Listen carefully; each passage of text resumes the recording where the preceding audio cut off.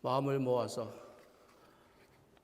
기도하고 찬양하고 주님 말씀 드리면서 온전하게 하나님께 예배드리는 그러한 시간 되기를 바랍니다. 출애굽기 20장인데요.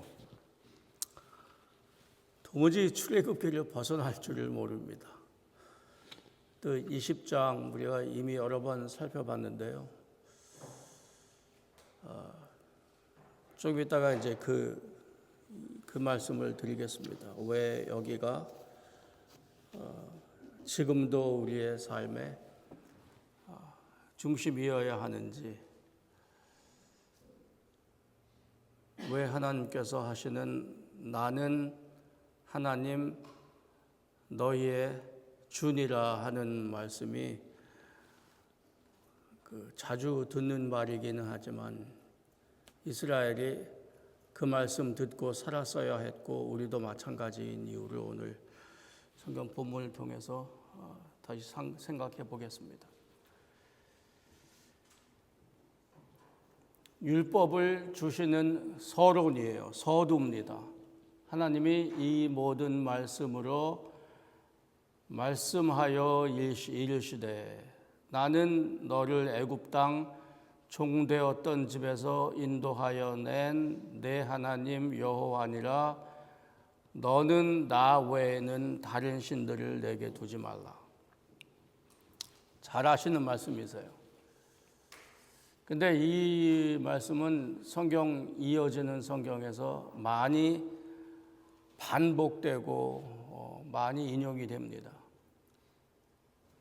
말씀으로 이르시되 이스라엘을 형성하시는, 이스라엘을 만드시는, 이스라엘을 당신의 백성 삼으시는 것은 창조 활동이세요.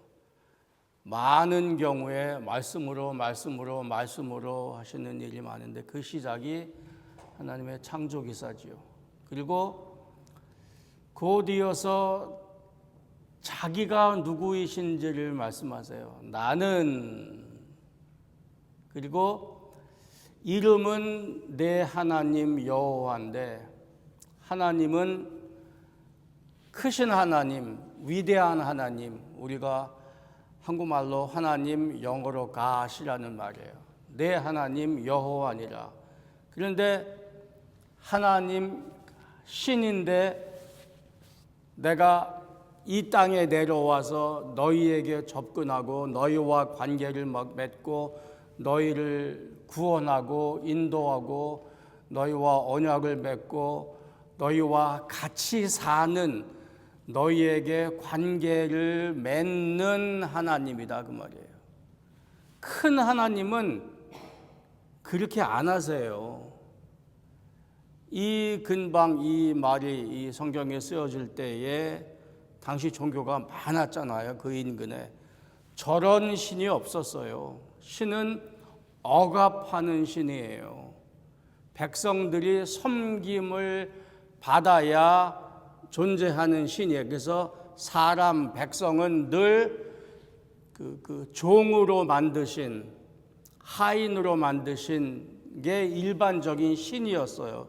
근데 이 하나님은, 우주를 지으신 창조주이신 이 하나님은 내려오신 하나님이세요. 그래서 우리의 신앙의 근거가 내 하나님 여호와예요. 여기는 창조 기사부터 내 하나님 여호와예요. 근데 그분이 여호와로 역사하신, 일하신 것이 너를 애굽 땅 종되었던 곳에서 인도하여 낸 여호와니라. 내가 누군지가 먼저 확실해져야 그 다음부터 3절부터 시작한, 여기서부터 율법이 시작됐는데 그 첫 번째 조항이 나를 이렇게 대하라예요. 그냥 이런 율법을 내가 주니까 지켜라가 아니라 내가 너희와 맺는 관계가 이러하니라. 관계 설정이에요. 여기는 내 이름이고 나는 내 이름이고 내가 무슨 일을 했는가 하고 나는 누구인가, 무슨 일을 했는가를 기억해라. 그러면은 내가 지금부터 줄 율법이 의미가 있을 것이고 내가 이 주는 율법을 너희가 지켜야 할 의미가 있다. 그 시작이 또 나는이에요. 나는, 너희는 나 이외에 다른 신을 두지 말라. 3절은요, 기독교 종교에서는 매우 당연한 거지요. 나 이외에 다른 신을 두지 말라. 유일신이고 창조주이고 구세주이신 분이니까. 근데 요새 또 이거 가지고 물거진 느려지는 사람이 있어요. 이렇게 독단적이고 이렇게 저만 있고 이렇게 자기중심적이고 너는 나 외에 다른 걸 두지도 말라. 이렇게 독단적인 종교가 있나. 그래서 뭐 옛날부터도 그랬지만, 그러니까 이러한 계명, 이것을 지키고 살아야 하는 첫 번째 계명인데 그렇게 할 수 있는 근거가 2절에 있다 그 말인 거죠. 그래서 오늘 말씀은 두 개를 말씀드릴 텐데, 첫 번째는 하나님은 자신을 행동하심으로 알리신다. 하나님은 우리에게 자신을 어떻게 알리실까요? 우리는 하나님을 어떻게 알아갈까요? 옛날이나 지금이나. 여러분은 하나님을 어떻게 아셨어요? 지금 어떻게 아세요? 두 번째는 우리의 경배의 대상은 하나님 자신이에요. 신앙도 아니고 신학도 아니고 교회는 도구고 우리의 삶의 초점, 우리의 신앙의 초점이 아니라 우리 인간의 시작이요 마지막이고 초점은 하나님 자신이에요. 율법도 아니고. 그래서 이 두 가지를 살펴볼 텐데, 우리 마침 지난주 성경 공부에 예수께서 누구이신가라는 주제가 요한복음 1장부터 쭉 이어지면서 결국 5장 6장에 가서 예수님께서 그런 말을 하세요. 너희가 나를 보면 하나님을 본 것이다. 그러니까 기독교는 하나님을 알아가는, 하나님을 아는 종교예요. 그렇죠? 그런데 하나님을 어떻게 알아요? 책 보고 알아요? 우리가 묵상해서 알아요? 그 가장 중요한 길은 예수예요. 그래서 예수 자신이 말하기를 나를 보내신 자가 아버지인데 아버지께서 하시는 일을 내가 한다 그러세요. 아버지께서 하시는 일을 내가 한다. 그게 바로 우리가 하나님을 어떻게 하는가? 하나님은 자신의 역사, 자신의 하는 일을 통해서, 자신의 행동을 통해서 우리에게 알리세요. 이집트의 속박에서 벗어나게 하고 구원해 놓고 내가 너희 하나님 여호와라 그러잖아요. 근데 그거 없이 이전에 하나님이 고통받는 유대 백성에게 와가지고 내가 하나님이야. 그 사람들은 이미 이집트에서 오래 타종교를 숭상하는 타민족의 지배 아래 몇 세대를 살았어요. 자기 조상의 하나님 잘 몰라요. 하나님께서 먼저 일을 하시고 구원해 내시고 내가 너희에게 접근하는 여호와니라 하니까 사람들이 알아들어요. 우리에게도 마찬가지예요. 하나님께서 우리에게 하신 일을 근거 삼아서 우리는 하나님을 알게 되는 거죠. 그래서 아까 말씀드린 요한복음 5장에 아버지께서 하시는 일을 내가 한다. 왜냐하면은 나는 아버지께 보냄을 받았다. 그래서 아버지와 아들 관계가 성립이 돼요. 근데 아버지께서 하시는 일을 지금 나도 한다 해놓고 예수께서 하신 일이 뭐예요? 안식일에 사람을 구하는 거였어요. 안식일에 사람을 생명을 구하는 거라고 거기 얘기가 있는 거지. 근데 당시 유대인들에게도 안식일은 율법이에요. 하라 하지 말라의 매우 엄격한, 잘못하면 죽을 수도 있는 매우 엄격한 율법 조항이 안식일이에요. 근데 그 율법 학자들이 당신 그거 하면 안 돼 하는 그 일을 예수께서 하셨어요. 아버지께서 하시는 일은 생명을 살리시는 일인데, 그게 하나님 아버지께서 하시는 일인데, 그 아버지가 나를 보내서 하게 하신 일이 똑같은 일이다. 나는 내 뜻대로 안 하고 아버지께서 보내서 하게 하신 일을 한다. 그래서 나는 내가 하는 일은 아버지께서 하신 일이다. 아버지께서 하시는 일은 생명을 살리는 일이다. 내가 그 일을 한다. 그래서 그 이야기의 끝에 가는 영생이 나오고, 그래서 그 정말로 끝에 가서는 의로운 자는 영생의 부활로 이렇게 얘기가 나옵니다. 그래서 우리는 예수를 통해서 하나님을 알아가요. 그러니까 하나님이 누구예요?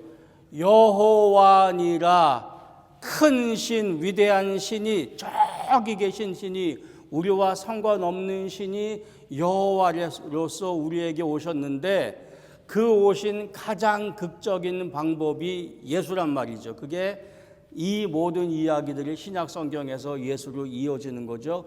근데 그 예수의 별명이 임마누엘이잖아요.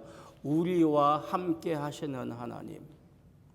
그래서 우리는 하나님께서 하시는 일을 통해서 우리는 하나님이 누구인가를 알게 됩니다.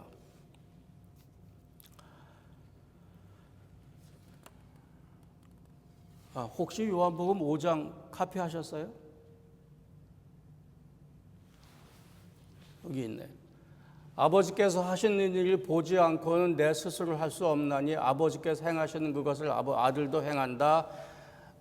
자기가 행하신 것을 아들에게 보이시고 아버지가 구약에 하신 것보다 더 큰 일을 행할 것이다. 죽은 자를 살리심 같이 성경에 생명이 있는 것 같이 생명을 주어 생명의 부활로 지금 말씀드린 겁니다. 우리는 어떻게 하나님을 알아갑니까? 그분께서 하시는 일을 통해서 우리는 알아갑니다. 그래서 우리가 들어야 할 것은 우리의 과거를 기억해야 해요. 과거를 기억해야 해요. 우리가 얼마 전에 지지난주인가요? 136편 읽었어요. 시편.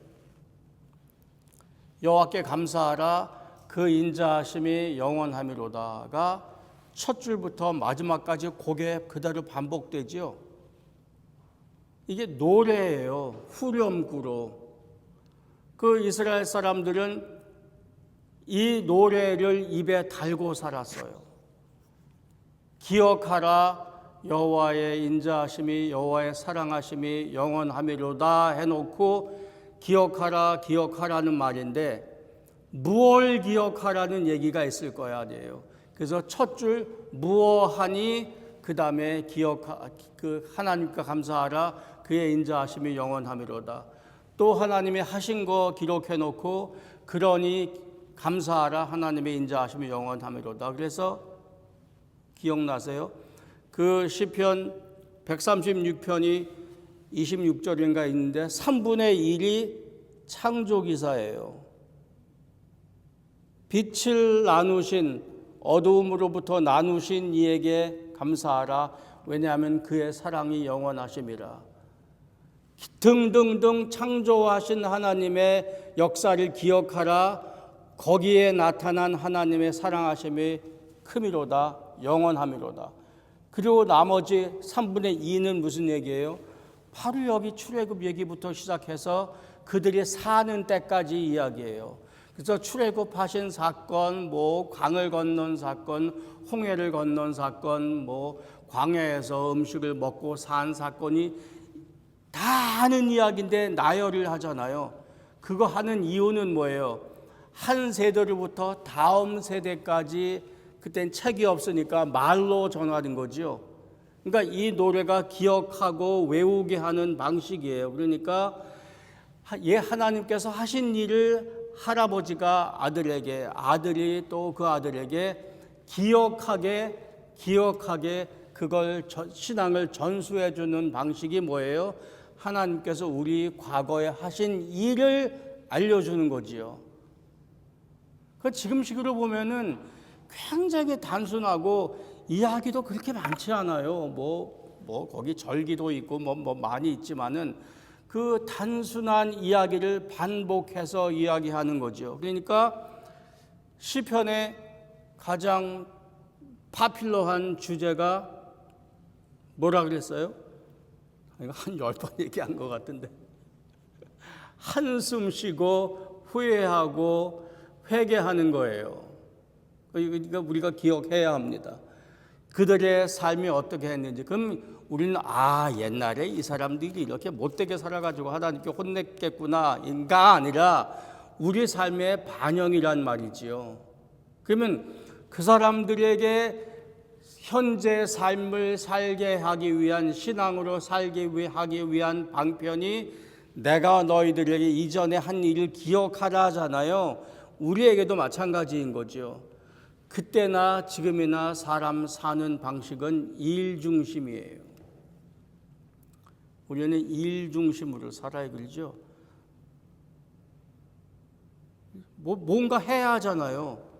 뭔가 또 특별히 우리같이 자본주의 안에 살면 뭔가 해야 수입이 생기고 그 수입이 생겨야 먹고 살죠. 근데 그 일이 늘 순탄치 않으니까 문제가 있고 고난이 있고 갈등이 있는 거죠. 근데 그것들을 늘 해결해야 해요. 집에 뭔가가 늘 고장나요. 그러면 고장나면 또 어디 가서 또 뭐 하고 해야 되고 바꿔야 하고 기다려야 하고 약속해야 하고 일 중심이에요. 어떻게 보면 problem solving life예요. 문제 해결을 해나가는 게 우리 삶이에요. 아이들 키우는 것도 마찬가지고 세금 내는 것도 마찬가지고 자동차 움직이는 것도 마찬가지고 이러다 보니까 일 속에 매몰돼 가지고 현재만 사는 거죠. 물론 과거도 있고 미래에 대한 계획도 하는데 현재 삶에 매몰돼 살아요. 그러다 보면 미래에 대한 소망도 불분명하고 과거에 대한 감사도 줄어들고 현재가 늘 고난스러운 거지요. 이스라엘 사람들은 고난 가운데 살았습니다. 그러나 기억하라 하신 이유를 기억해야 합니다. 내게 해주신 과거를 기억할 때에 현재를 지탱할 수 있고 미래를 소망하며 기약할 수 있습니다. 예수를 믿는 사람들은 과거를 기억할 때 시편 136편의 말로 하면은 나를 이러한 세상에 당신의 형상으로 만들어서 이 땅에 살게 하시고 죄인 되었을 때 나를 버리지 아니하시고 예수를 통해서 구원하시고 시시콜콜한 나의 삶에 들어오셔서 나를 인도하셔서 예수 믿게 하시고 이만큼 성장해서 예수를 믿게 하시고 이런 어려움들을 해결해서 여기까지 나를 세우셨으니 그거를 기억하면은 지금 있는 어려움 일들도 늘 잘 내가 원하는 대로 해결하고 이겨나갈 수는 없지만 적어도 내 삶을 지탱해 나갈 수 있다. 하나님께서 과거에 나를 지키시고 인도하셨듯이 나를 인도하신다는 확신을 가질 수가 있죠. 그런 말 있잖아요. 과거를 잊은 민족은 현재가 고난스럽고 미래가 없다고. 내가 어디에 서 있는지 어디로 가야 하는지 나는 누구인지 알 수 없다 그 얘기죠. 이게 똑같은 말이에요. 이스라엘 사람들은 하나님을 기억하라라는 교육을 받고 자랐습니다. 이런 일이 많이 이루어진 다음에 구약의 이 긴 이야기 불순종하고 불충실함에도 불구하고 변함없이 그들을 아끼고 사랑하고 관리하시고 복 주신 하나님의 인자하신 사랑의 이야기가 이어지고 예수의 삶과 십자가라는 클라이막스를 지나서 신약 성경에 들어와서 바울은 하나님은 사랑이시라 그러잖아요. 하나님은 사랑이시라. 그럼 거기서 말하는 사랑이시라 하는 말은 뭐 개념이잖아요. 하나님은 사랑이시라. 하나님은 사랑이시라 개념이잖아요. 생각이잖아요. 근데 하나님은 사랑이시라 하늘에서 뚝 떨어진 생각이 아니라 이런 역사를 이어간 하나님의 구속 역사를 이어간 것의 결론이 하나님은 사랑이시라라는 얘기지, 이거 없이 그냥 철학적으로 정신적으로 하나님은 사랑이시라는 생각이 하늘에서 뚝 떨어져 온 게 아니라 그 말인 거죠. 아까 있는 예수가 여호와의 가장 큰 가장 극적인 역사적인 사건으로 오셔서 우리와 살면서 행하신 다음에, 지난주 성경 공부의 얘기를 잘 지적했어요. 나는 뭐라고? 나는 뭐요 그랬잖아요. 요한복음 5장 공부하면서. 그때는 얘기하고 오늘은 얘기 못하네. 예수를 통해서 하나님을 알게 되잖아요. 그러니까 예수는 자기를 뭐라고 불러? 나는 길이요 진리요 생명이니라가 그 말로 보면 개념이잖아요. 나는 길이요 진리요 생명이니라가 이러한 긴 하나님의 구속 역사를 지나고 나서 증명되는 예수가 누구냐, 하나님이 누구냐인 거죠. 그러니까 하나님은 자신을 우리에게 보이시되 어떻게 보이세요? 자기의 행동으로 보이세요. 그러고 나니까 그것을 목격하고 기억하는 백성들에게 하나님의 사랑이 있고 하나님의 충실함이 있는 거죠. 두 번째는 우리의 경배의 대상은 하나님 자신입니다. 예레미야서 갑시다.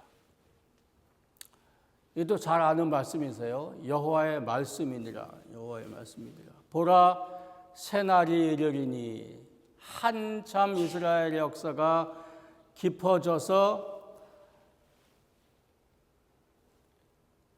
새 백성을 만들기 위해서 엄청 큰 고난을 이스라엘에게 주셔서 무지막지한 당시 세계의 제국으로 하여금 이스라엘을 침략하고 거기 다 끌려가고 죽고 한 시대예요. 보라, 날이 이르리니 내가 이스라엘 집과 북쪽 나라 남쪽 나라 유다 집에 새 언약을 맺으리라. 이 언약은 내가 그들의 조상들의 손을 잡고 애굽 땅에서 인도하여 내던 날에 맺은 것과 같지 아니할 것은, 구원의 시작은 이스라엘 백성에게 언제나 출애굽이에요. 그런데 지금 내가 맺을 언약은 그때 맺은 언약과 다를 거야. 그 이유는 내가 그들의 남편이 되었어도 그들이 내 언약을 깨뜨렸음이라. 남편과 아내보다 더 친밀하고 가까운 인간관계는 없습니다. 호세아서에 이게 더 극적으로 나타나지요. 내가 너와 언약을 맺고 내가 너를 내 백성 삼고 어떻게 하는 것처럼 내가 남편이고 네가 아내고 내가 너를 맞아 그렇게 가까이 해서 사랑하고 아끼고 삶에도 불구하고 호세아서는 뭐예요? 네가 바람을 펴? 그 얘기거든요. 그래서 내가 그들의 남편이 되었어도 그들이 내 언약을 깨뜨렸습니다. 이게 무슨 말이에요? 하나님의 언약, 하나님의 약속, 하나님의 율법을 지키지 않고 다른 데 마음을 두고 살았다.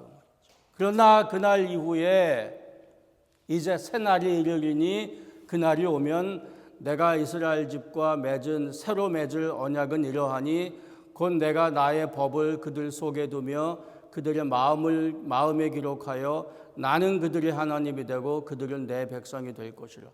다른 거 없어요. 나는 그들의 하나님이 되고 그들은 내 백성이 되리라는 처음부터 같아요. 출애굽 때부터 같아요. 전에 이미 남편이라 그러셨잖아요. 나는 너희의 하나님이 되고 너희는 내 백성이 되리라가 처음부터 하나님의 구속 계획이세요. 이렇게까지 하셨어요. 근데도 깨트렸으니 새 언약의 핵심은 뭐예요? 그 율법을 이제는 내가 너희 마음에 두겠다 그 말인 거죠. 그럼 그 전에는 어디에 두셨다는 거예요? 율법을. 내가 너희에게 율법을 주었는데 너희가 그거를 깨트렸어. 이제는 내가 그 율법을 너희 마음에 두리라.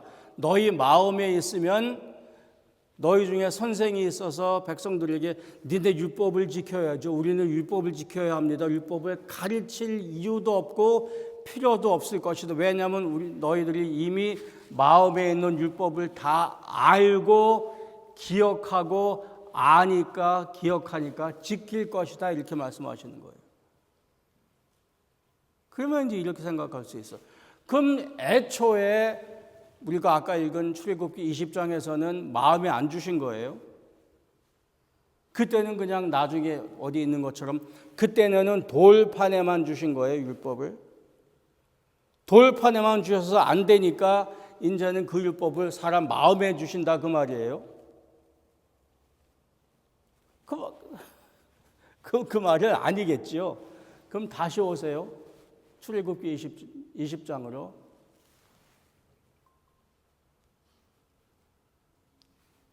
예.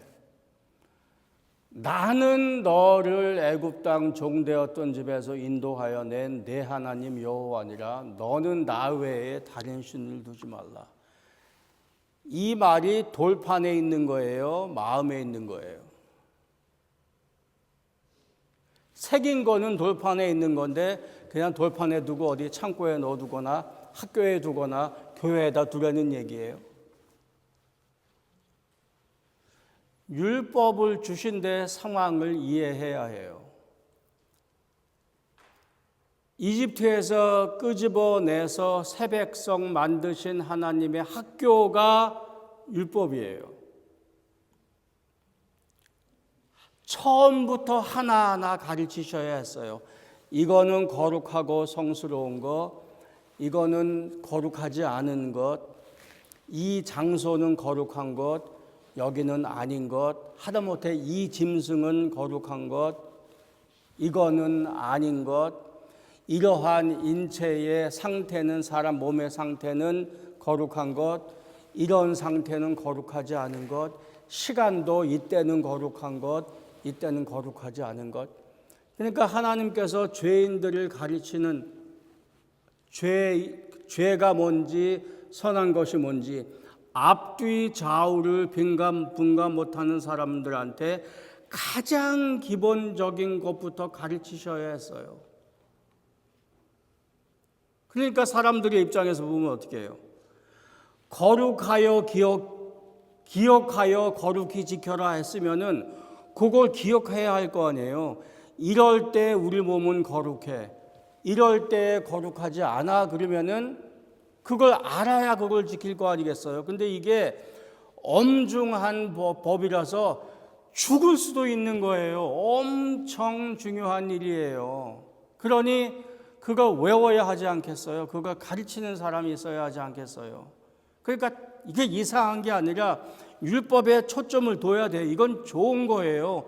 율법을 공부해야 해요. 그건 좋은 거예요. 얼마 전에 우리 읽은 문둥병자를 어떻게 대해요?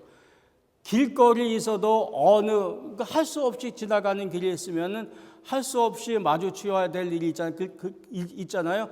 그럴 때에도 어느 정도 거리를 두어라. 그럼 거리 안 두었으면 어떻게 해요? 제사장에게 가야지요. 뭐 혼나고 뭐 그 위에 해야 될 일을 해야지요. 아이 낳은 다음에 기타 등등등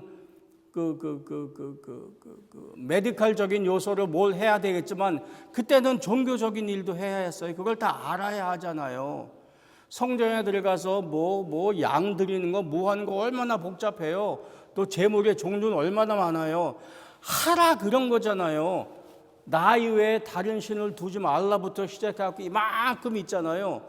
그럼 그거 알아야죠. 그러니까 조항에 초점을 맞추고 기억하고 외우고 행해야죠. 행하려니까 그걸 공부하고 외우고 기억해야죠. 누군가 어디다 적어놨을 거지요. 그런데 지금이나 그때나 사람은 일중심이에요. 그러니까 자꾸 초점이 어디로 가요? 그거 지키는 대로 가요. 그럼 뭘 잊어버려요? 왜 이렇게 해야 되는 거는 자꾸 잃어버려요. 일이 자꾸 돌아가야 하잖아요. 그죠? 오늘 가서 내가 뭘 잘못했으니 성전 가서 레위인 만나야 하고 제사장 앞에 가서 뭘 드려야 하는데 집에 있는 우리 중에서 제일 좋은 거 골라서 드리려니까 그거 20마리 중에서 골라야 되잖아요. 그럼 가지고 가야 하잖아. 하는 여러 가지 일들을 해야 해요.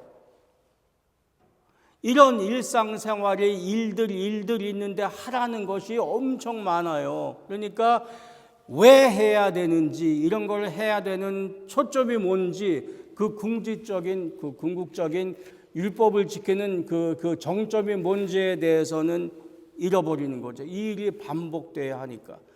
그건 일반 백성이나 제사장도 마찬가지였었어요. 그 지켜가다 보니까 당연히 해야 할 일들이 일 중심되고 조항 중심이 되는 거죠. 그러니까 나중에 가서 예수님한테 정말로 욕 들어먹고 책망 듣는 일이 되는 거죠. 회칠한 무덤화 하는. 그때만 그런 게 아니라 지금도 똑같은 일이 일어날 수가 있는 거지요.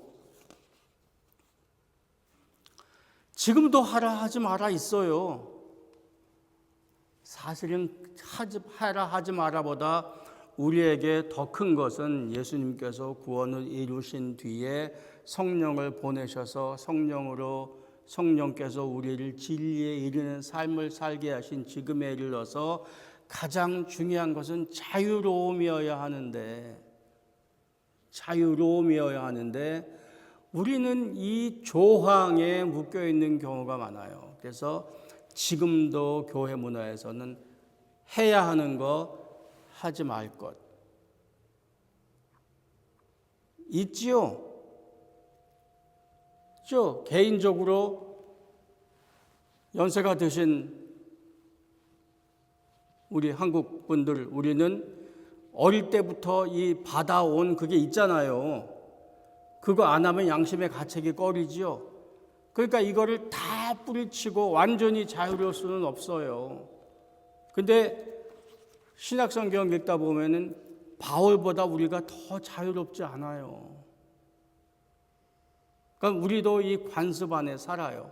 그러니까 여기도 해야 할 거 하지 말아야 될 거 있는데 이거 따라가다 보니까 이거 왜 해야 하는지, 이거를 하라고 주신 분이 누구인지에 대해서 옛날에는 율법 정신, 지금은 신앙 정신이 신앙이 없다는 게 아니라 있음에도 불구하고 그걸 잃어버린다 그 말인 거지요. 그래서 조항에 쫓기다 보면은 쪼글쪼글한 게 아니라 쪼들려요. 안 하면은 양심의 가책이 되고 한다고 기쁨이 충만한 것도 아니고 자유로움이 먼저 있어야 되는 건데 그걸 아직도 우리는 그 틀에서 못 벗어나는 게 많기 때문에 어디에 초점을 많이 잃어요? 우리가 경배하고 입으로는 늘 하는 영광 돌리는 이 일의 초점이 하나님 자신인 거, 나는 이라는 하나님의 말씀이 우리 마음에 예레미야에서 말하는 내가 이제 내 생각을 내 뜻을 너희 마음에 두리라. 그래서 내가 남편인 것을 늘 기억할 수 있으리라 하는 말씀이 지금 우리에게도 필요한 거지요. 사람 관계도 마찬가지잖아요.